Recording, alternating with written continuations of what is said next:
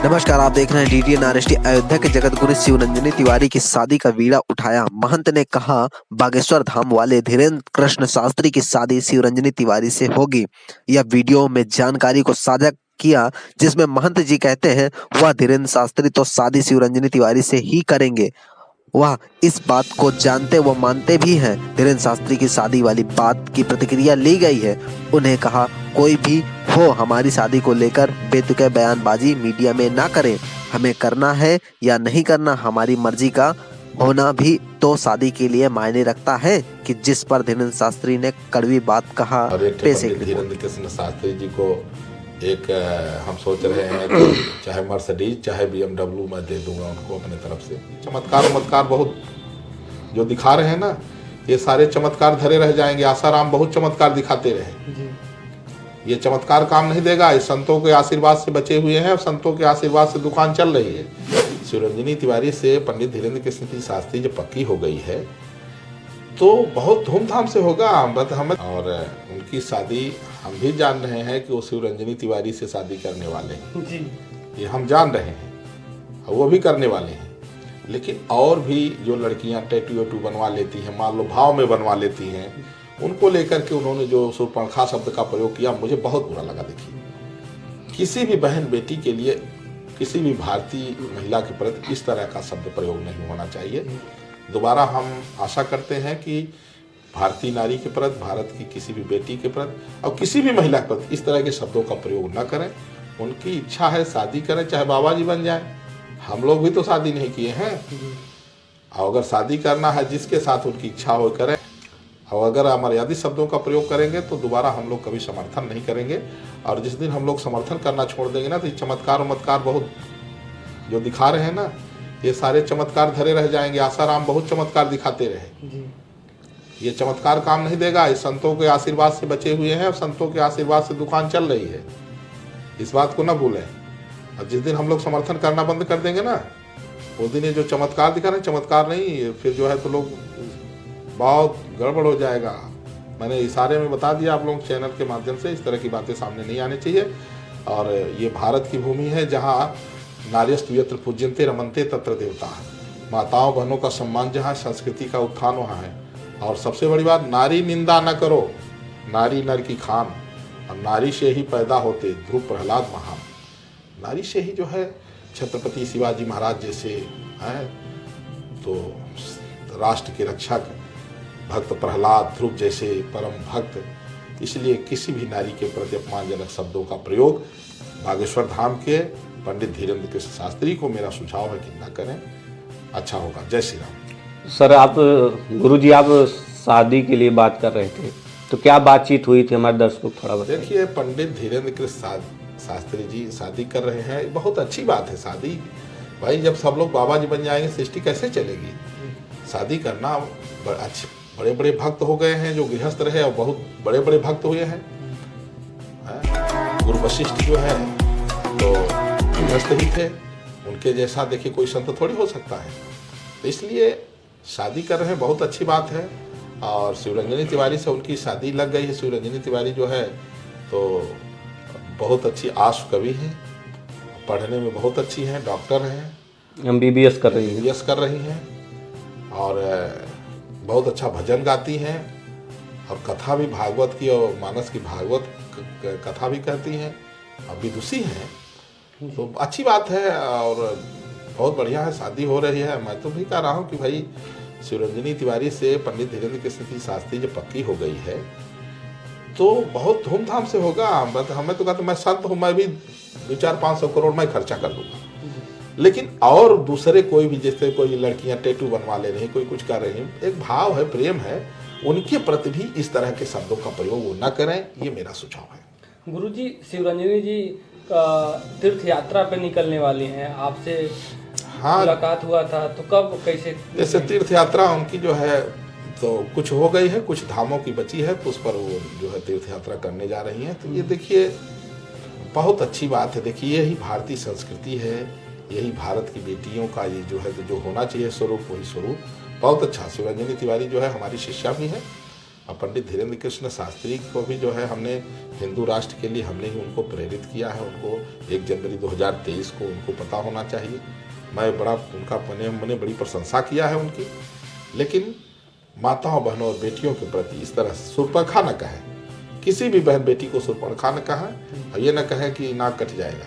इससे जो है अगर किसी भी बहन बेटी का अनादर अगर कोई जो है तो कथा व्यास करे तो ये अच्छी बात नहीं है। इसका बहुत गलत असर जाता है। हर मातृशक्ति का, हर नारी का, हर महिला का, हर बहन का, हर बेटी का सम्मान है और अपने से करोड़ों गुना ज़्यादा सम्मान करना चाहिए। चाहे वो कोई भी हो, चाहे कितना बड़ा कोई हो, अपने से करोड़ों गुना ज़्यादा हर भारतीय महिला का, बेटी का सम्मान होना चाहिए। हमारी संस्कृति में नारी का सम्मान जो है वह जो है देवी से भी देवी जैसे है। गुरुजी, हर कोई शादी की डेट जानना चाह रहा है, कब तक शादी होगी? 2024 में हो जाएगी कि 25 में जाना पड़ेगा?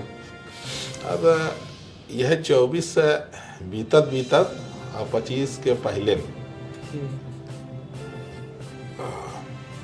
डेट जो है कंफर्म होने वाली है, हम बताएंगे। मेहमान आप यहीं बुलाएंगे? जो 500 करोड़ आप बता रहे थे खर्च करेंगे? जहाँ शादी ब्याह होगा वहाँ हम स्टाल लगवा देंगे। 56 भोग के अपना लोग जो है तो 56 भोग रहेगा। अपना जो बराती आएंगे अपना खाते पीते रहें, खूब अच्छे से धूमधाम से होगा। और एक पंडित धीरेन्द्र कृष्ण शास्त्री जी को एक हम सोच रहे हैं कि चाहे मर्सिडीज चाहे BMW मैं दे दूंगा उनको अपने तरफ से। और क्या क्या गुरुजी? अब ऐसा है कि दहेज के नाम से तो नहीं दूंगा, लेकिन चूंकि बिटिया के नाम से जो है एक मर्सिडीज चाहे एक BMW जो कहेंगे एक मैं उनको दे दूंगा। और बाकी और जो खर्चा होगा 200-500 करोड़ खाने पीने, बाराती बहुत आएंगे तो जो बाराती आएंगे कितना है, कितना बाराती हो जाएंगे? अब हमको तो लग रहा है 70-80 लाख कम से कम पहुंच जाएंगे लोग। साधु संत भी उसमें रहेंगे? अब हम लोग तो रहेंगे इसलिए कि जब क्या निवेदन करेंगे कि इस तरीके से फिर क्योंकि आपका भी वो शिष्य है? हम बिल्कुल शिष्य हैं। फिर ऐसे ही महिला के साथ नहीं, ऐसा ये बरखा बोलना कितना उचित है? नहीं, अगर ऐसा बोलेंगे तो मैं फिर जो है फिर मैं जो है तो ये फिर बाराती में नहीं आऊँगा। अगर हमको किसी भी बहन बेटी को अगर गलत बोलेंगे तो फिर हमको चाहे कितना बुलाएं मैं उनके बारात में नहीं जाऊँगा। संयोग की बात है, उस दिन वहाँ पर मेरे प्राणनाथ पंडित धीरेन्द्र कृष्ण शास्त्री जी महाराज आए थे और मैं बैक साइड से गई थी और मुझे डर था कि वो कोई मुझे देख ना ले, लेकिन आप लोग हमें छोड़ते कहाँ हैं। हुआ भी है वहाँ पर। और जैसे ही मैं जाने लगी तो आधे लोगों ने पहचाना, आधे थोड़ा सा ऐसा रहा है कन्फ्यूजन में, और मैं वहीं बैठी थी। लेकिन जैसे ही मैं वहाँ जाके बैठी, चेयर प्रोग्राम था पूरा, जैसे ही मैं वहाँ जाके बैठी सब लोगों ने जितने था आगे 2-3-4 लाइनों तक वैसे हवा गुमसुम गुमसुम गुमसुम उड़ते चली गई। और मैं सोचा था कि जैसे गुरुजी से मैं परम पूज्य जगत गुरु जी गुरुदेव जी से मैं 2010 में हरिद्वार में भी मिली हूँ और फिर उसके बाद जो उज्जैन में भी कुंभ लगा था वहाँ पर भी मैं मिली थी, तो इस बार भी मिलने की पूरी उम्मीद थी। जब मंच पर आपके प्राणनाथ थे तो वहीं मुलाकात कर लेना चाहिए मैं चाहती थी जाना, लेकिन सब लोगों ने मुझे पहचान लिया था, फिर मुझे निकल के बाहर आना पड़ा था। एकदम से वो शिवरंजनी तिवारी ये वही है। मैं बोली भाई भगवान ये कहाँ से बवंडर यहाँ कहाँ आ गया, फिर मुझे निकलना पड़ा। इसे बवंडर ही बोलूँगी मैं, क्योंकि एकदम से पहचान गया। और उस दिन ही मुझे पूरी उम्मीद थी अगर वहाँ पे मीडिया वाले नहीं होते मैं जगत गुरुदेव जी से मिल लेती। बहुत सरल संत है और मैं तो उनसे उसके पहले 2 बार मिल चुकी हूँ, लेकिन मिल ही नहीं पाई मैं। वो बागेश्वर बाबा धीरेन्द्र कृष्ण शास्त्री के भी गुरु हैं और जगत गुरु जो है रामभद्राचार्य जी आपके भी गुरु हैं। सभी के गुरु हैं, जगत गुरु है, पूरी जगत के ही गुरु हैं वो तो आपको कहीं न कहीं मुलाकात कर लेनी चाहिए। मीडिया वाले थे तो क्या हुआ? नहीं, लेकिन तो मैं जा ही नहीं बात का डर सता रहा था आपको कि बस अब नहीं जा पाई कि जो पर्चा है वो खुल जाए। नहीं, पर्चा ऐसा थोड़े ना कि लेके आएंगे, उनको क्या पता था मैं वहाँ होंगी। तो इच्छा मेरी बहुत थी मिलने की। और उनको तो पता होगा ना, वो तो बाबा बागेश्वर हैं, सबका पर्चा खोलते हैं, तो उनको तो पता ही होगा कि आप आई हो।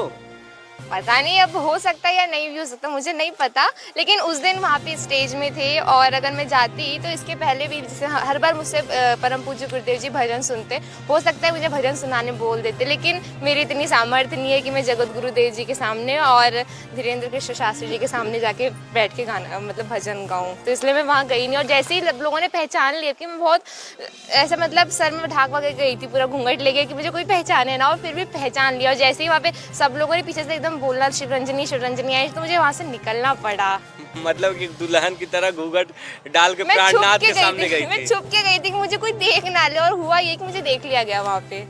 वहाँ अगर मान लीजिए कि आपके प्राणनाथ वहाँ पर आपसे मुलाकात कर लेते, उनके लिए क्या कुछ सुनाती आप? जैसे सबको भजन सुनाती वैसे उनको ही भजन सुना क्या, देती। कौन सा भजन सुनाती? लगन तुमसे लगा बैठे, जो होगा देखा जाएगा, यही सुना देती। मैं चाहूँगा इसको पूरा कीजिएगा। जो होगा देखा जाएगा, जो होगा देखा जाएगा, जो होगा देखा जाएगा, लगन तुमसे लगा बैठे, जो होगा देखा जाएगा, यही सुना देती। सामा ग म ग म ग सा ग सा नी द नी सा मा।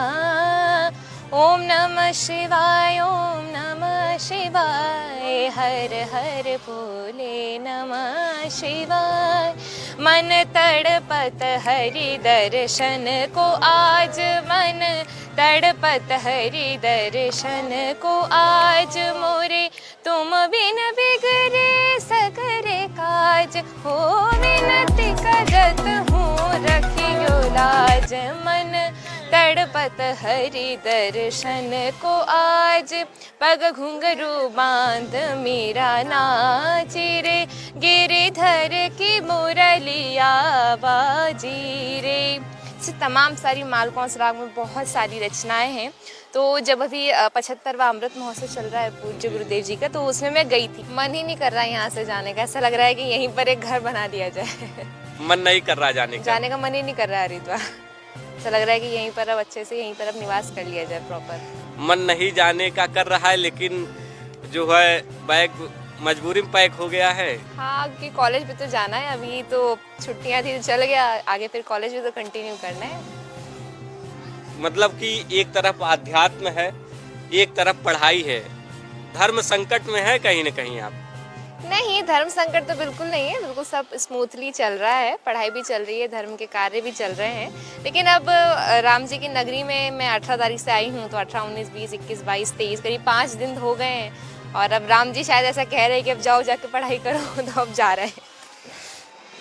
तो आप गुरुजी रामभद्राचार्य जी के कार्यक्रम में जाती हैं, कथा को श्रवण करती हैं, ये इस बात में कितनी सच्चाई है? 100% सच्चाई है। और जब मैं 6 साल की थी, हाँ 6 साल की थी, तब 2010 में कुंभ लगा था हरिद्वार में हमारे वहाँ पे, तो मैं गुरुदेव जी से मिलने गई थी। गुरुदेव जी बहुत विनोदी स्वभाव के हैं और बहुत अच्छे हैं। तो जब मैं उनसे मिलने गई, बिल्कुल सहजता से मिल गए। कोई जैसे होता है कि VIP लोग आएंगे, फिर आप लोग साधारण लोग से कई लोग हैं नहीं मिलते, लेकिन गुरु जी इतने अच्छे हैं, इतने सरल स्वभाव के हैं। जैसे ही हम लोग गए, 2010 की बात बता रही हूँ, उन्होंने तुरंत ही भीतर बुला लिया। और उस टाइम पे मैंने बचपन में एक गाना गाया था, राधा ने मारी मिस कॉल, कान्हा बोले हलो हलो। तो क्या बात, मैं चाहूँगा हमारे दर्शकों को। ठीक है, बिल्कुल। Hello hello hello hello hello hello hello hello, आप लोग गाइए। राधा ने मारी मिस कॉल कि कान्हा बोले हेलो हेलो, राधा ने मारी मिस कॉल कि कान्हा बोले हेलो हेलो। राधा बोली क्या करते हो, क्या करते हो, क्या करते हो, बंसी बजाना मेरा काम कि कान्हा बोले हेलो हेलो। मैंने ये भजन उनको सुनाया था। सबसे पहले तो गुरुदेव जी हंसे और कहने लगे, एक बात बताओ, राधा रानी के पास में कौन सी कंपनी का मोबाइल था? अच्छा।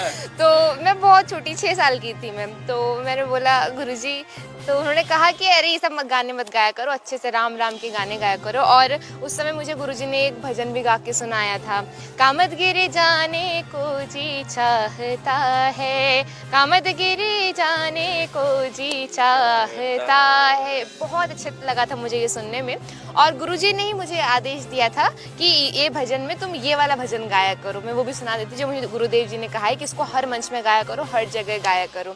वृंदावन जाने को जी चाहता है, राधे राधे गाने को जी चाहता है, वृंदावन में बाके बिहारी, बाके बिहारी मोरा बाके बिहारी, नैना लड़ाने को जी चाहता है, राधे राधे गाने को जी चाहता है।